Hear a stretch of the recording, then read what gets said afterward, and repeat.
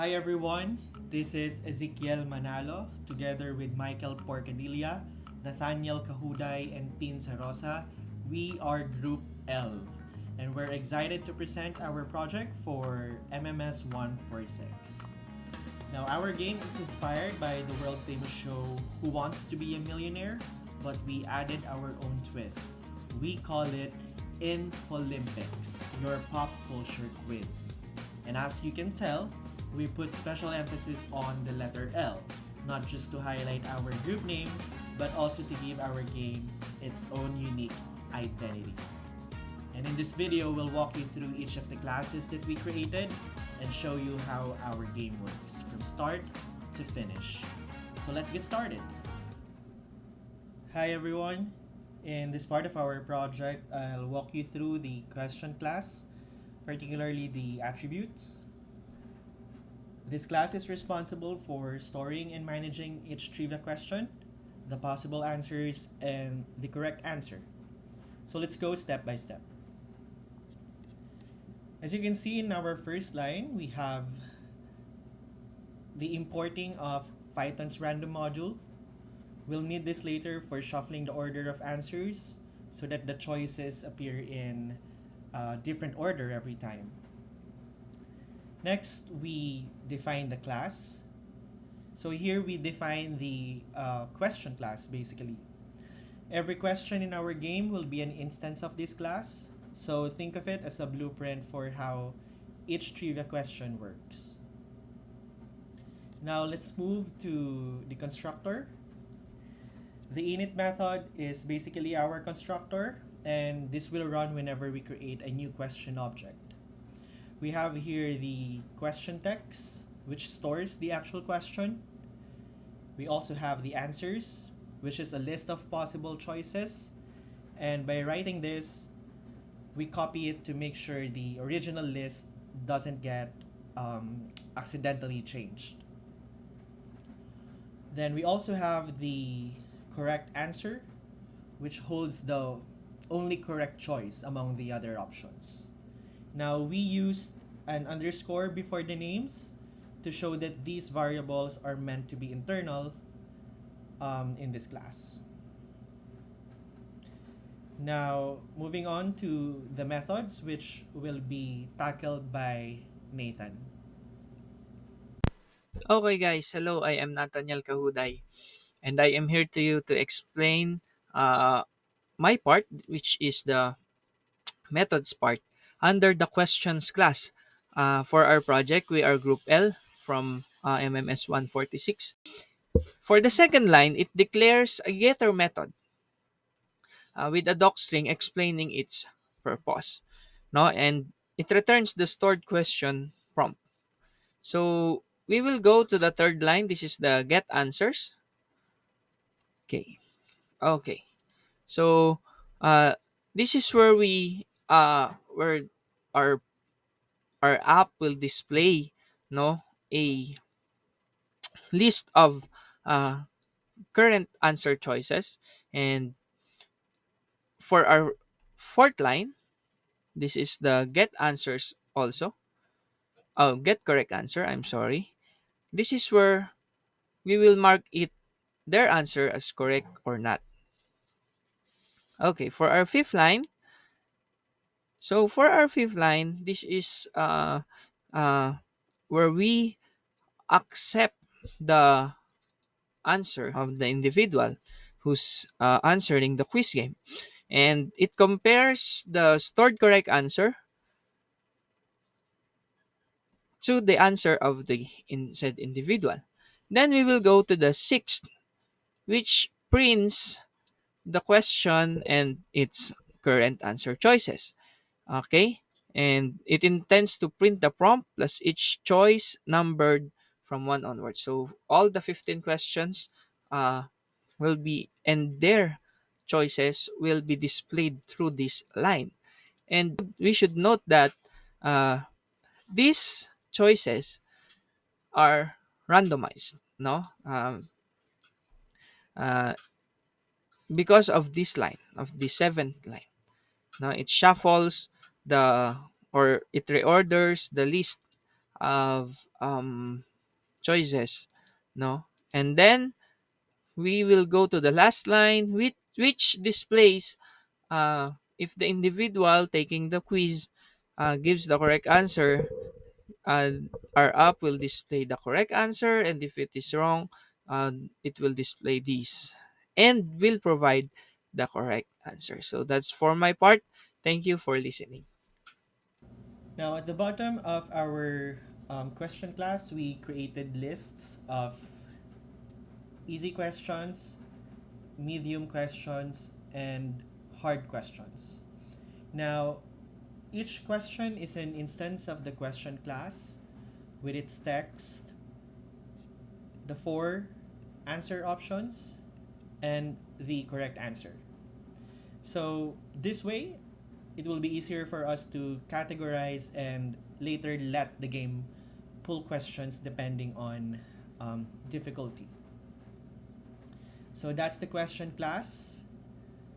And now we'll move forward to the players class. Okay, so now we're in the player class. This class is much simpler compared to the questions class, but it's just as important. Now, this is responsible for handling the player's information, like their name. Now, let's start by defining the class. Now, every player in this game that we created called Infolympics will be created as an instance of the player class. Now, we have here the constructor or the initializer method, and it takes in two parameters. We have the first name and the last name, and we store them separately in self that first name and self that last name. And we also combine them into one string called player name, which gives us the player's full name. Now, for our getter method, here this allows us to safely retrieve the player's full name whenever we need it. And for example, when we want to display a welcome message at the start of the game, this is very important for that to show up. And then next, we have the setter method. Basically, if the player wants to change their name, this lets us update both their first and last name. And notice that we don't directly change the player name here. And we can only update it again by joining the new first and last names if needed. So yeah, that's basically our player class. Even though it's simple, it plays a key role in making the game more uh, personalized. So yeah, let's now move forward to the quiz game. Hello, this is Michelangelo Porcadilla from Group L, and today I will be going over quiz game.py very briefly just to tackle everything and explain how they all work together, I guess.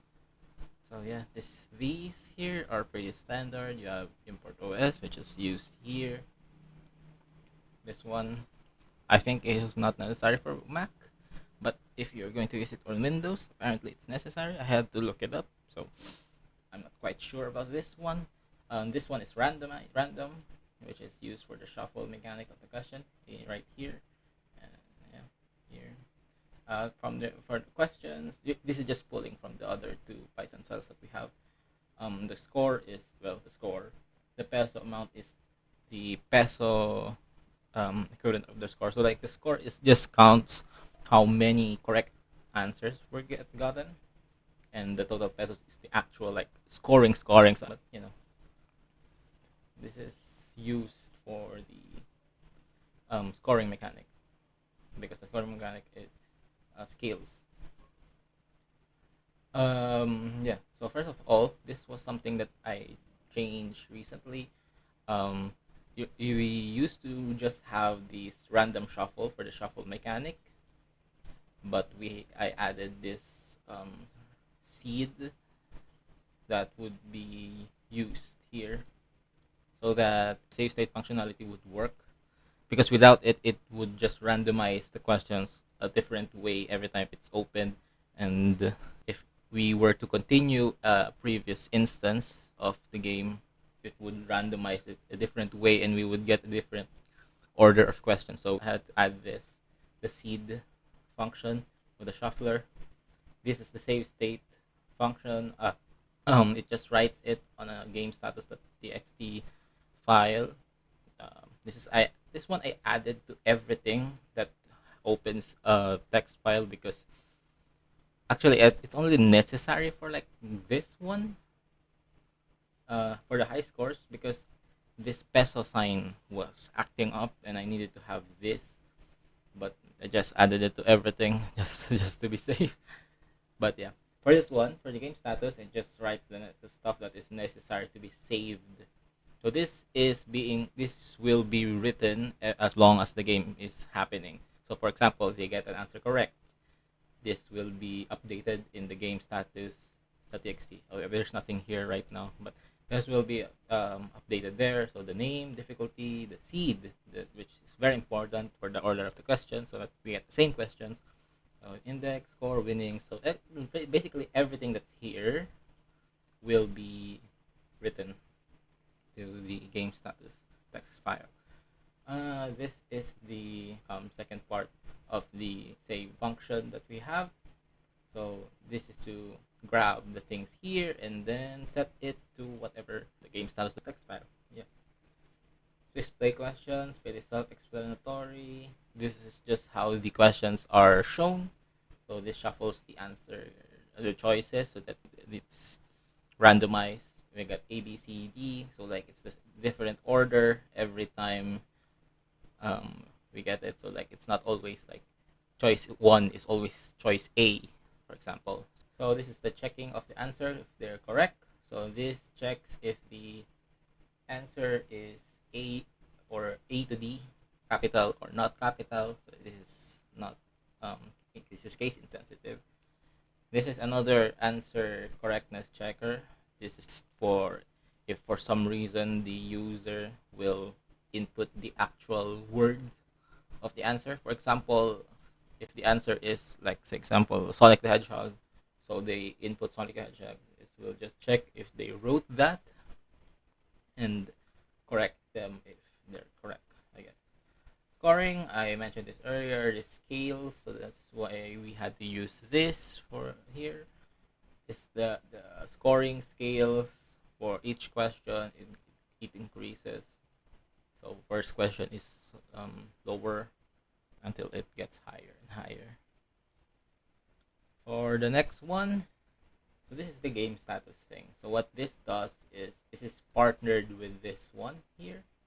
Where is it? This one. This whole part here. Basically, what it does is it just turns it into information that can be read by Python. So here we have the numbers from the string. So like for example, index, score, whatever. They will be converted into integers so that they can be read properly by Python. So this is the game. So this just pulls the functions that is necessary to start the game. So the answer input is here as well as the check function. We recall is right here.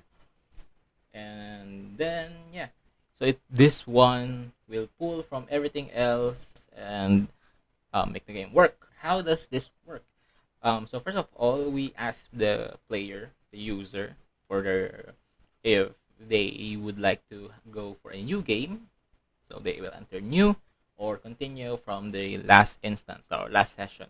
For example, if they exited out of the console or the terminal, and they had something written on their game status, that text file, they can continue. So if they click continue, they will resume from that. It will pull all the information in here, pull everything, and yeah, welcome back.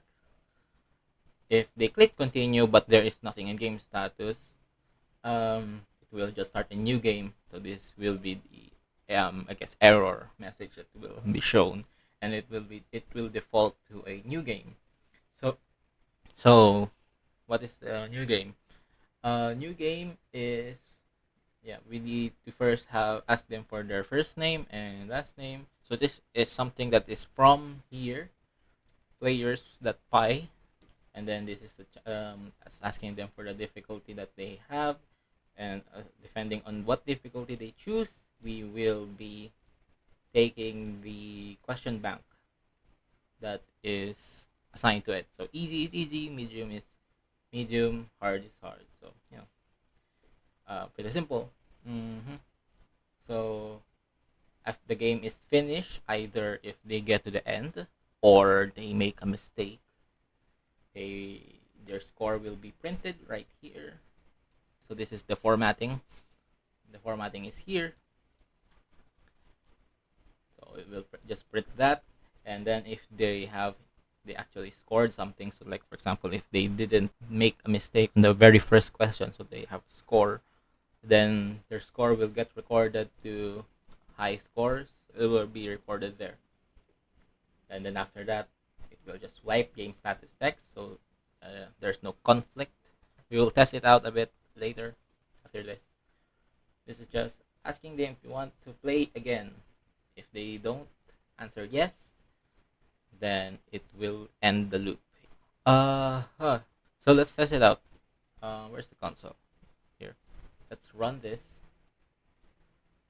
Let's say, so let's test the continue functionality. That what happens if there's nothing in game status text file. So let's type continue here. So it just tells me that no save game found or file is corrupt. So first name, let's write shoot whatever. So here, level of difficulty. Let's go for hard because why not? Oh no. Okay, I know this. Rolling the Deep is by Adele. So let's input D, or we could type her name, and we get the correct prompt. In the Harry Potter films, who killed the? Oh, spoilers. So this will be this. So let's test out what happens if we exit out of this thing, right? So we'll press Control C to end the run. So So we'll run it again, and let's type here continue. And as you can see, continued where we left off. The score is here. It's correct. So now we just continue the game. This one, the basic light queen. This one I actually don't know because I wasn't the one making the questions. Oh, I got it correct. This one is A. So there, we got to the end. It asks if we want to play again. If we go yes, it will restart the loop. Then, actually, it doesn't matter if we enter no or whatever word here because it only checks for yes or Y here. But let's just type no. Thanks for playing. It ends. So, as you can see, game status is wiped. High scores. This is actually something that's wrong with my VS Code install, apparently. So, for some reason, it just won't write to this text file, but it works in Mac. So, I might have to reinstall my VS Code to get it working. But it works properly with my group mates. So, yeah, that's it. Very simple, very intuitive. It could be cleaned up. Right now, while I'm reading everything, we can probably combine correct count and score. So there's less different variables being tracked. But yeah, it works. And there we go. Thank you. Thank you for listening.